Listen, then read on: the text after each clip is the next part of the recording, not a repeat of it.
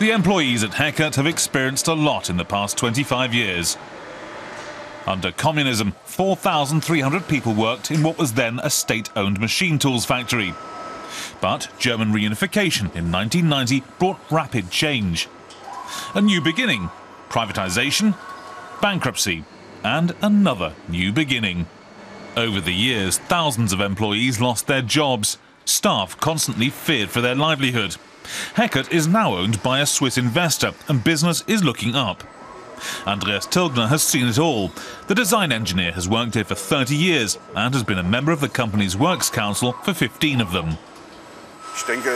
I think it's always important that the company is healthy, because that's the only way we can hold on to our jobs, and that's ultimately what counts. Tilgner is on first-name terms with sales manager Michael Fiedler. He sees himself as a mediator between management and the workforce. Heckert has dropped out of Germany's collective labour agreements. That means that unions no longer negotiate wages. Instead, employee representatives negotiate directly with their bosses. Today, nearly half of companies in Germany work this way. It's easier for us to work this way than to accept contracts agreed somewhere else that perhaps wouldn't suit us.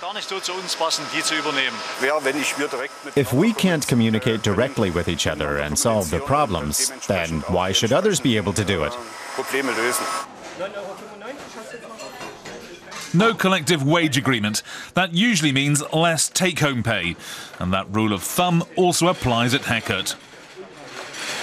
But they trust their Works Council chairman to get the best deal for them. About 90% of employees voted for Tilgner in the last election. He negotiates based on market conditions. There have been some lean years when he held off on demands.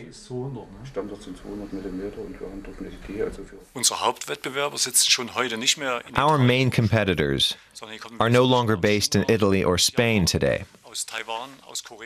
They come mainly from Asia, China, Japan, Taiwan, or Korea. That means we can't worry about German export surpluses or a lack of purchasing power. When it comes to the level we're competing at, I think we've struck a very good balance between economic achievement and letting the employees benefit. There are no temporary workers or freelance work contracts here, just permanent staff. The employees appreciate this feeling of security. It also makes the company attractive to workers from the region.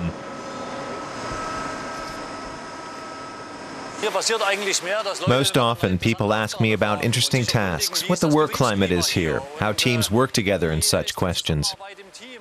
It's amazing that money isn't always the first thing on their minds. Of course, the employees would still welcome more money.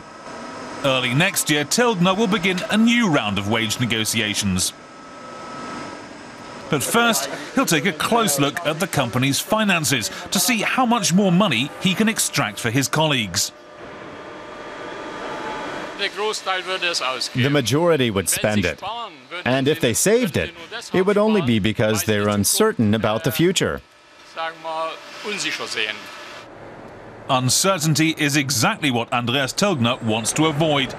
He believes there's no benefit to higher wages if they lead to job cuts later.